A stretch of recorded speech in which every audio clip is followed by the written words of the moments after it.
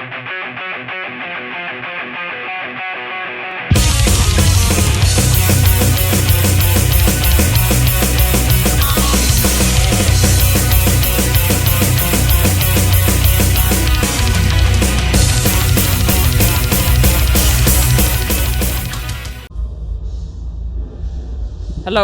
everyone, welcome at Kaltenbach Open Air Day 3. Here we are with one of the organizations of the fest. Welcome Bernd.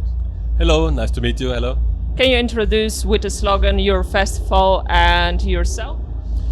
I'm one of the organizers and since 2005 and I'm doing many things in Kaltenbach Open Air. I'm taking care of the backstage area, that everything runs smoothly. Before the festivals I'm doing social media stuff and all the graphics and artworks and whatever is necessary. Nice. So speaking about artworks and social media, you're quite active. You are doing now a recap. You as well make videos. So how do you think social media plays this year an important role and what do you foresee in the future? Social media is very important, as you already said. This year we have a special media team that is making movies, is producing movies from the preparations of the festival and also from each day a report. And that is something that we didn't have before. So I think it's quite important, and the audience showed so far a good reaction. So, and yeah, social media in general is very important nowadays, of course.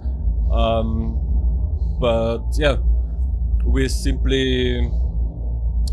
doing stories, we're doing postings, whatever, with a kind of sense of humor, with a special Kaltenbach. And I love the stories this year. It shows behind the screen, so it's super nice. And we have a great lineup this year with Destruction, with Napalm Dead, and yeah, it's what is in stock for next year.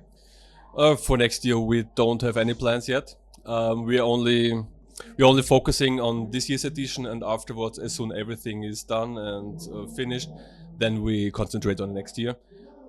So I can't tell any bands yet. No Easter eggs.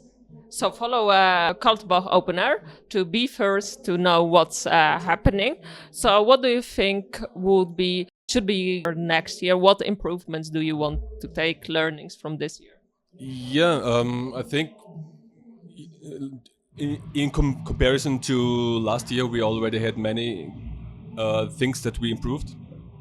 Of course, there are many additional things. So there's always something you can improve.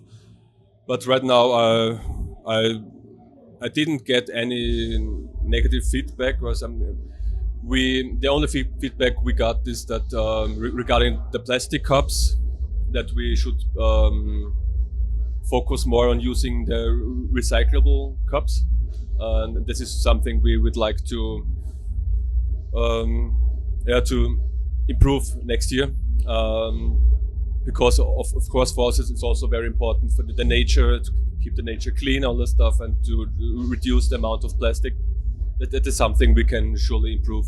Yeah, that would go like Metalfest, Desert Fest, so like the recyclable, because right now you have the Kaltenbach Open Air cups, but they are limited editions, so nice.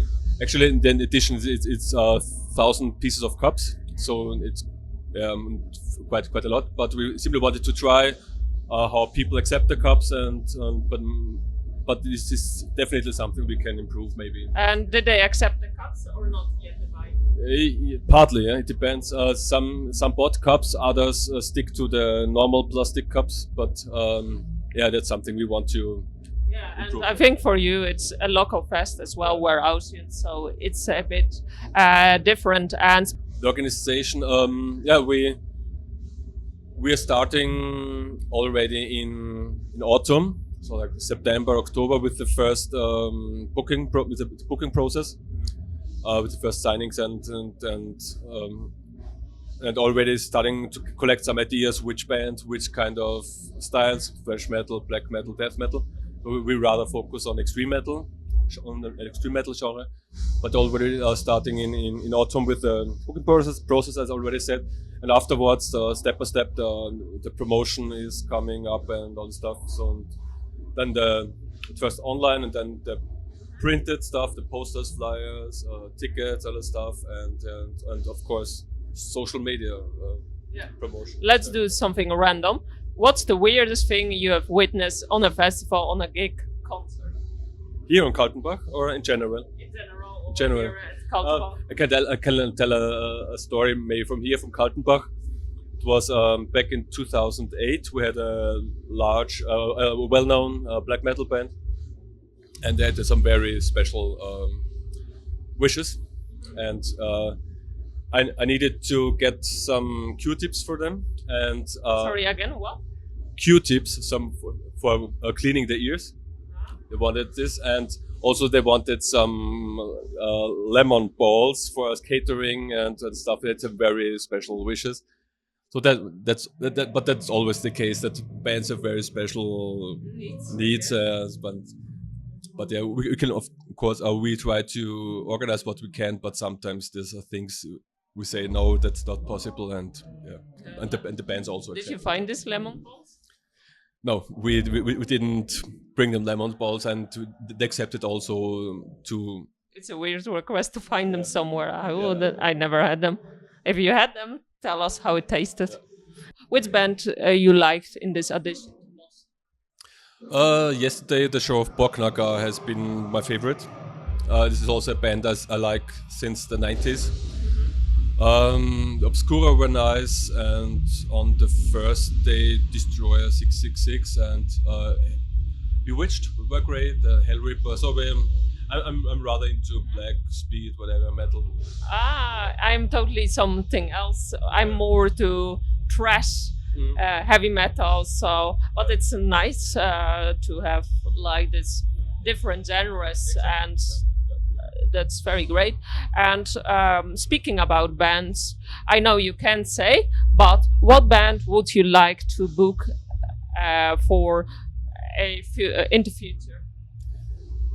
There are many bands we'd like to book, but it's a matter of cost. The bands get so expensive, and for a small festival, as we are a small festival compared to other festivals in all over the world or in Europe,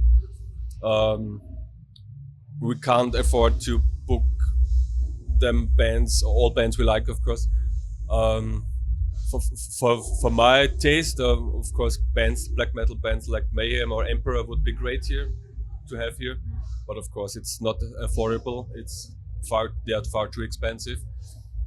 So yeah, those bands are, for example, two examples. Nice and interesting. And speaking about bands and costs, so which bands you try to book, and maybe you had the budget, but you were unsuccessful in getting booked?